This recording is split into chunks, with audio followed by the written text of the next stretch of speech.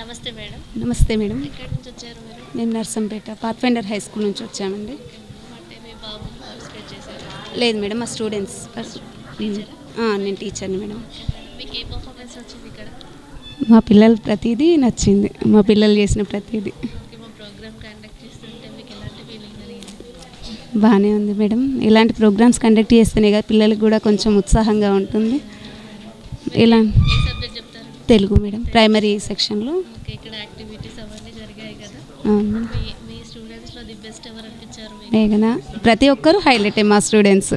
ఇంకా కూడా చాలామంది ఉన్నారు మేడం మా స్కూల్లో.